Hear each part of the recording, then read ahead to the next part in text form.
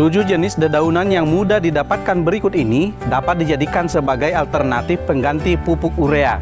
Simak terus.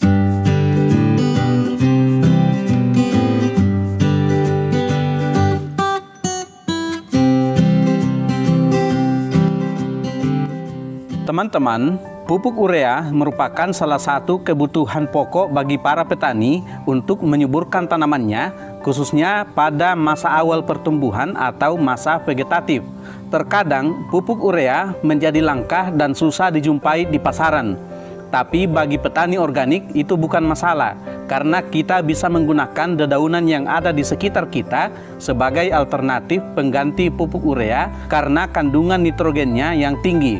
Nah, berikut ini saya akan tunjukkan pada teman-teman 7 jenis dedaunan yang mudah dijumpai di sekitar kita yang memiliki kandungan nitrogen yang tinggi sehingga dapat kita jadikan sebagai alternatif pengganti pupuk urea untuk menyuburkan tanaman kita.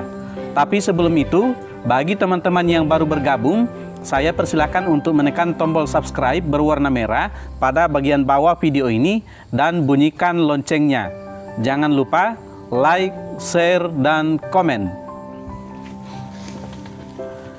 Nah, ini dia yang pertama teman-teman, Gliricida sepium atau daun gamal. Ada juga teman-teman yang kurang familiar dengan istilah daun gamal dan lebih suka menyebut Gliricida atau Gliricidi. Inilah daun yang dimaksud. Daun gamal merupakan dedaunan yang bisa dijadikan sebagai tanaman pagar atau tanaman pembatas kebun dan juga dapat dijadikan sebagai pakan hewan ternak seperti kambing dan beberapa jenis ternak yang lain.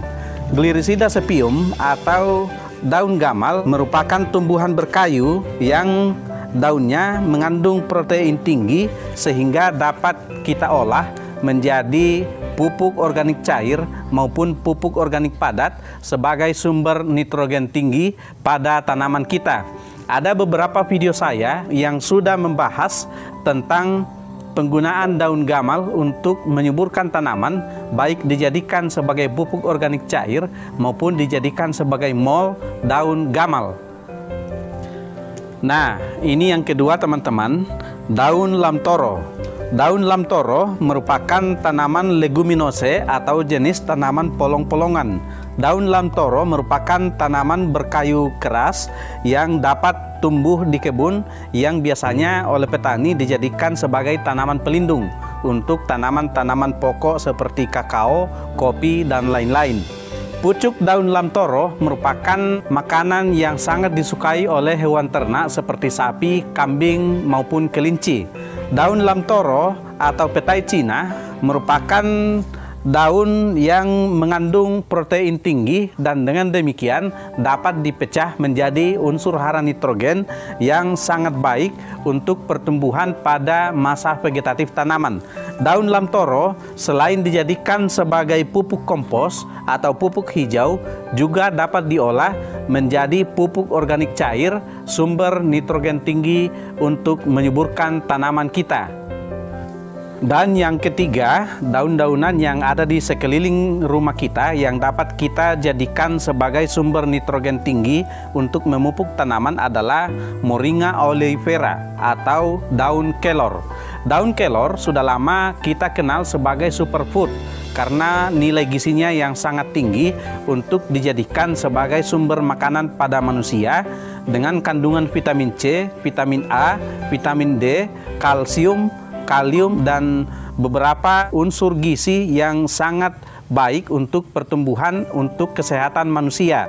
Nah, selain sangat bergizi untuk manusia, daun kelor juga mengandung unsur hara yang sangat baik bagi tanaman, salah satunya adalah nitrogen. Sehingga daun kelor dapat dijadikan sebagai alternatif untuk diolah menjadi pupuk sumber nitrogen pengganti pupuk urea jika susah kita jumpai di pasaran. Dedaunan yang keempat adalah Vernonia amygdalina atau daun Afrika, atau ada juga yang menyebutnya sebagai daun klorofil. Daun Afrika sebetulnya adalah tanaman obat yang bisa menyembuhkan berbagai jenis penyakit pada manusia seperti penurun kolesterol, menjaga kesehatan jantung, menyembuhkan insomnia dan menurunkan gula darah. Dan ada banyak lagi penyakit yang dapat disembuhkan dengan menggunakan obat herbal dari daun Afrika atau dari daun klorofil ini. Daun klorofil ternyata juga dapat dijadikan sebagai sumber unsur hara nitrogen tinggi karena kandungannya yang dapat dipecah menjadi unsur hara nitrogen melalui proses metabolisme, sehingga jika kita tidak menjumpai pupuk urea di sekitar kita, maka kita bisa menggunakan pupuk sumber nitrogen tinggi dari daun Afrika atau Vernonia amygdalina. Nah, ini jenis dedaunan yang kelima. Dedaunan ini sebetulnya merupakan gulma yang sering tumbuh di kebun, mengganggu tanaman kita, bahkan sering menutupi dengan merambat, memanjat tanaman kita seperti tanaman coklat, tanaman kopi, jeruk maupun tanaman lain yang tinggi yang berkayu. Tanaman rambatan ini dapat dijadikan sebagai sumber pakan ternak seperti kambing, sapi, kelinci, dan hewan lain yang memakan rumput-rumputan seperti ini. Nah, daun rambatan ini sama dengan daun-daunan sebelumnya juga memiliki kandungan protein tinggi yang dapat dipecah menjadi unsur hara nitrogen yang dapat diserap oleh tanaman, khususnya tanaman pada masa pertumbuhan atau masa vegetatif.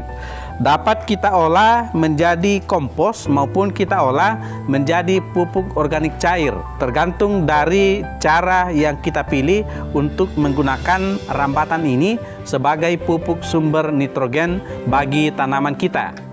Nah, yang keenam ini juga merupakan tanaman gulma yang sangat mengganggu bagi petani tertentu karena tanaman ini selain pertumbuhannya yang sangat cepat juga berduri, sehingga kalau kita lewat kita bisa tertusuk durinya dan membuat kita terluka. Mimosa pudica atau putri malu. Ada dua jenis putri malu, yaitu putri malu yang berwarna hijau maupun putri malu yang berwarna merah. Kebetulan yang saya dapatkan ini adalah putri malu yang berwarna merah, tetapi keduanya sama manfaatnya, dapat dijadikan sebagai sumber nitrogen tinggi untuk menyuburkan tanaman kita. Kelebihan lain dari Mimosa pudica ini adalah pada akarnya terdapat bintil-bintil yang merupakan rumah bagi bakteri Rhizobium yang dapat mengikat nitrogen bebas dari udara untuk dijadikan sebagai sumber nitrogen untuk menyuburkan tanah di sekitarnya. Putri malu dapat kita olah menjadi PGPR atau Plant Growth Promoting Rhizobacteria atau bakteri pendukung pertumbuhan tanaman. Selain itu, putri malu juga dapat diolah menjadi pupuk organik cair, dan dalam keadaan sudah lapuk, putri malu dapat kita jadikan sebagai bahan campuran pupuk kompos untuk menyuburkan tanaman kita dengan sumber nitrogen yang sangat tinggi. Nah, yang ketujuh atau yang terakhir adalah dedaunan yang tentu sudah sangat populer untuk teman-teman. Sudah hampir setiap rumah di pedesaan memiliki tanaman ini, yaitu daun pepaya. Daun pepaya memiliki manfaat ganda. Selain dapat dijadikan sebagai sayuran yang sangat digemari oleh masyarakat Indonesia, juga dapat dijadikan sebagai obat-obatan untuk mengobati penyakit tertentu. Sedangkan untuk tanaman, daun pepaya merupakan salah satu sumber enzim papain yang sangat berguna untuk memecah protein menjadi nitrogen agar dapat diserap oleh tanaman. Sedangkan fungsi yang lain adalah daun pepaya dapat dijadikan sebagai salah satu sumber pestisida organik atau pestisida nabati karena kandungan-kandungan yang terdapat pada daun pepaya ini yang dapat dijadikan sebagai penghalau atau penolak hama tertentu, sehingga sangat bagus untuk dijadikan sebagai pestisida nabati. Selain itu, ternyata daun pepaya juga memiliki kandungan nitrogen yang cukup tinggi, sehingga daun pepaya dapat diolah atau kita campurkan dengan dedaunan yang lain untuk diolah menjadi pupuk organik cair dengan kandungan nitrogen tinggi, sehingga dengan demikian kita tidak lagi memerlukan pupuk yang dijual di pasaran, lebih baik kita menggunakan dedaunan yang ada di sekeliling rumah kita untuk kita jadikan sebagai pupuk sumber unsur hara nitrogen untuk menyuburkan tanaman kita, khususnya pada masa pertumbuhan awal atau pada masa vegetatif. Nah, teman-teman, itulah 7 jenis dedaunan yang ada di sekitar rumah kita yang dapat kita jumpai dengan mudah dan dapat kita olah menjadi pupuk sumber nitrogen tinggi pengganti pupuk urea untuk menyuburkan tanaman kita. Salah satu ciri dari dedaunan yang mengandung unsur nitrogen tinggi adalah dedaunan tersebut mudah membusuk. Kenapa mudah membusuk? Karena dia mengandung protein, dan sifat protein adalah mudah membusuk. Pembusukan ini adalah pemecahan unsur proteinnya menjadi unsur hara sehingga dapat langsung diserap oleh tanaman. Penggunaan dedaunan ini dapat kita gunakan secara terpisah masing-masing secara tunggal untuk diolah menjadi pupuk sumber nitrogen, tetapi dapat juga kita olah secara bersama-sama. Jadi masing-masing kita ambil sedikit demi sedikit, lalu kita gabungkan dan kita olah baik menjadi pupuk organik cair, menjadi mikroorganisme lokal atau MOL, menjadi PGPR seperti akar putri malu tadi, maupun kita olah menjadi pupuk kompos dicampurkan dengan kohe atau bahan hewani yang lain untuk kita jadikan sebagai penyubur bagi tanaman kita. Oke teman-teman, itulah informasi yang dapat saya bagikan kali ini tentang berbagai jenis dedaunan yang mudah kita dapatkan di sekeliling kita yang dapat kita jadikan sebagai alternatif pengganti pupuk urea untuk menyuburkan tanaman kita. Jadi kalau ada video saya yang menggunakan salah satu bahan tersebut, lalu teman-teman bertanya bahan apa yang dapat kita gunakan untuk menggantikan bahan utama tersebut, maka ini adalah 7 alternatif yang semuanya dapat menjadi sumber unsur hara nitrogen untuk menyuburkan tanaman kita. Semoga informasi ini bermanfaat untuk teman-teman, khususnya para petani organik. Salam organik.